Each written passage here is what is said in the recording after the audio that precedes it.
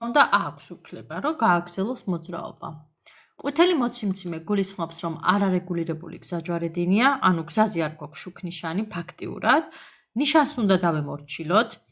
ნახეთ, ნიშნის მიხედვით მთავარი გზის მაჩვენებელი აქვს ყვითელ მსუბუქ ავტომობილს, ანუ ისედაც მთავარ გზაზეა. არავინ არ აქვს მარჯვენა მხრიდან, ანუ საფრთხე არ აქვს მარჯვნიდან. ამიტომ აქვს უფლება, რომ გააგრძელოს მოძრაობა. ნახოთ ეს ბილეთი.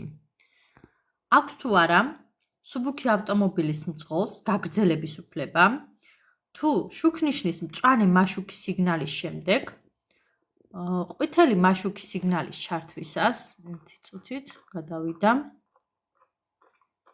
აქვს თუ არა გაგრძელების უფლება მძღოლს, თუ მწვანე მაშუქის სიგნალის ჩართვის დროს ჩაირთო ყვითელი მაშუქის სიგნალი, ანუ მწვანე მაშუქის სიგნალის შემდეგ უცებ ჩაირთო ყვითელი მაშუქი და მკვეთრი დამოხრუჭების გარეშე არ შეუძლია გაჩერდეს სდეკხასთან. კითხვაში გვიკითხებიან, აქვს თუ არა უფლება. პირველი პასუხი აქვს უფლება.